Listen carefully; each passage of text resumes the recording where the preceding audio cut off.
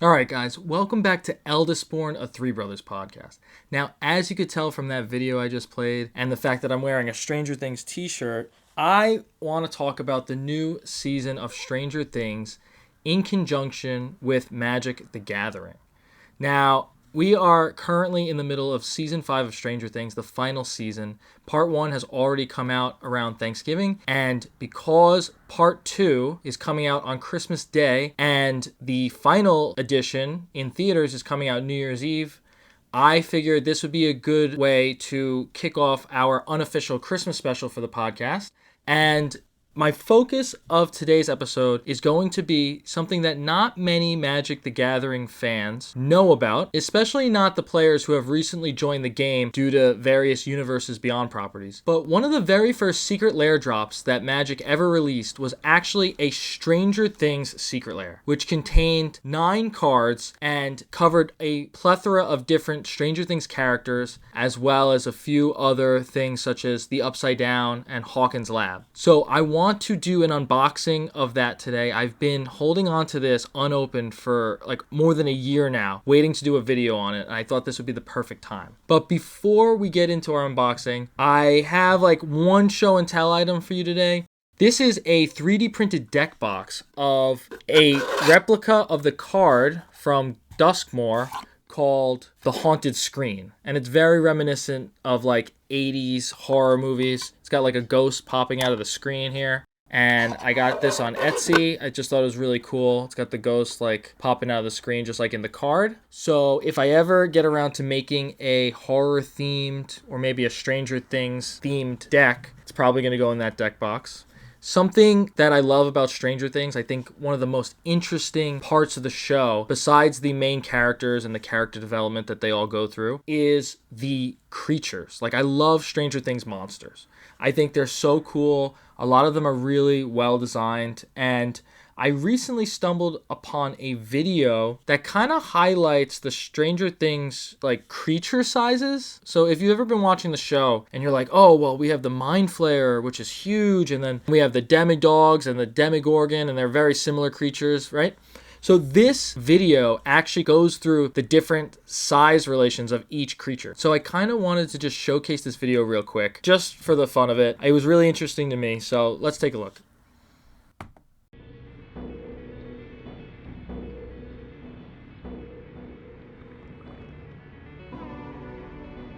So we have the Frogagorgon, that little tadpole thing. We have the Demobats, which is responsible for killing Eddie.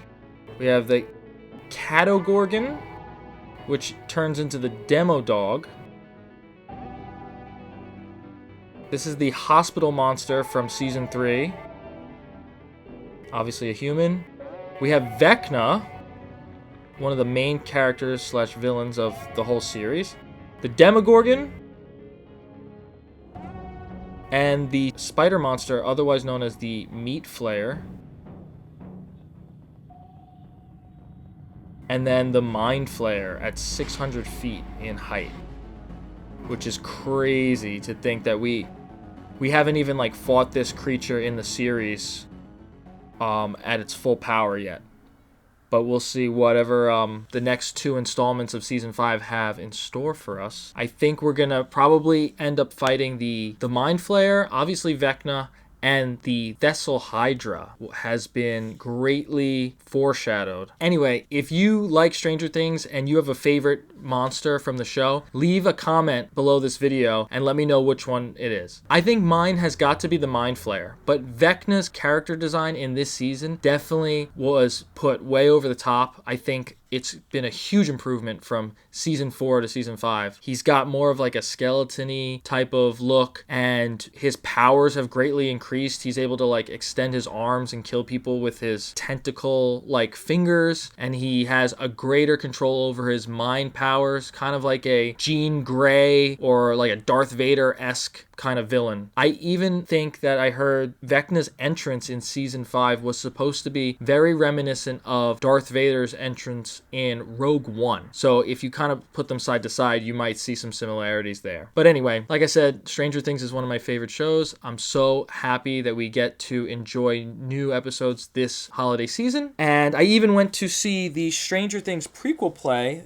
The First Shadow, with my boy Tyler Losey when we went to England last year. It's his favorite show also, and it was his only request for the trip was like, we need to go see Stranger Things, The First Shadow on the West End. Honestly, it was one of my favorite shows that I've seen live. This one in particular had some of the best special effects that I've seen on Broadway, and it is canon to the show. So you might glean a lot of different details from Henry Creel, aka Vecna's origins, that is not covered in season 4 of Stranger Things. So I highly recommend, if you haven't seen it, go see The First Shadow. Luckily for everyone else who lives in America, it's now on Broadway, so you guys can go see it in New York. But without further ado, I'm going to stop rambling and let's jump into our unboxing of the Stranger Things Secret Lair. Alright guys, here we go with the unboxing of the Stranger Things Secret Lair Foil Edition. So let's get into it.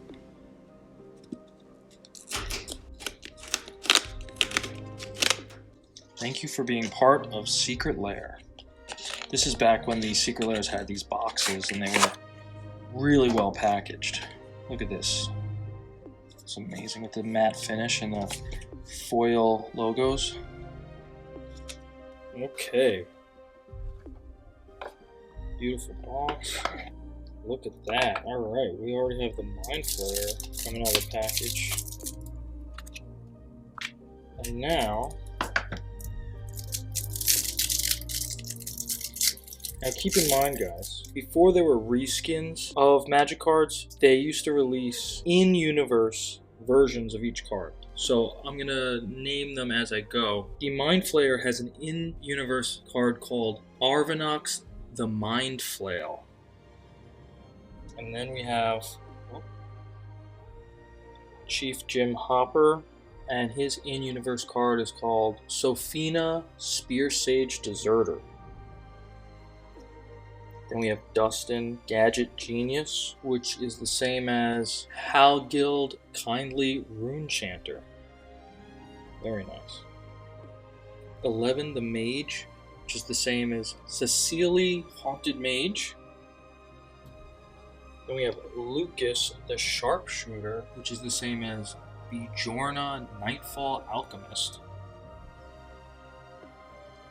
Max the Daredevil, also known as Elmar Yulvenwold Informant.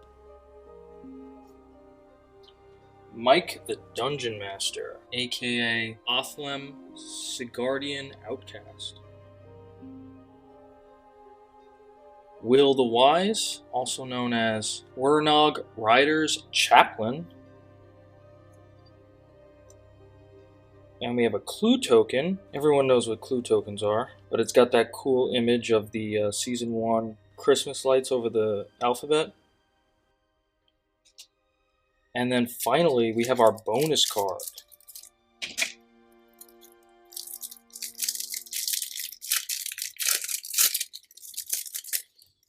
Which is Hawkins National Laboratory, aka Haven Gull Laboratory. And then, oh, that's cool.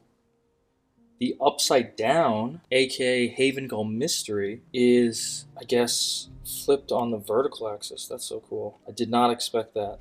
Anyway, these cards are really cool. I hope you've enjoyed this unboxing. So yeah, can't wait to put these in a deck maybe. Alright guys, if you made it to the end of this video, thank you for watching. I think it was a fun, quick unboxing video of these Magic cards. As you can see, I put them in my binder already. I have all 9 of the cards here. I think my favorite character in this set was probably the Mind Flayer, just based on the actual card mechanics. But I really liked the way the Hawkins Lab card and the upside down flipped on the vertical axis instead of horizontally like regular like modal double face cards do. But yeah, anyway, just to close out this episode, I have one more video to play for you guys. It is actually a trailer for something that I just recently found out about. After the main series of Stranger Things ends, the Duffer Brothers actually just announced that there is going to be an animated series premiering on Netflix which takes place, I think, between seasons 2 and 3. But I have the trailer here, and it's called Stranger Things Tales from 85, and I want to react to that. I've only seen a few seconds of it so far. I literally just found out about it today, so let's take a look.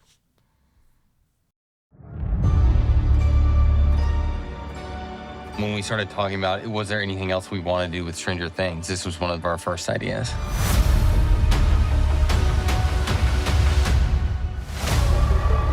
The idea was kind of to evoke a feeling of an 80s cartoon. With animation, there's really no limits. Eric and his team can just go wild. And they have. And they have.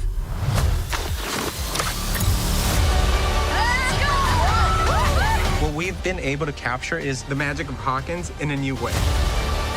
So our story takes place between seasons 2 and 3, but we soon learn that nothing is quite as they thought it was. So get your flashlight, get your backpack, because it's gonna be amazing.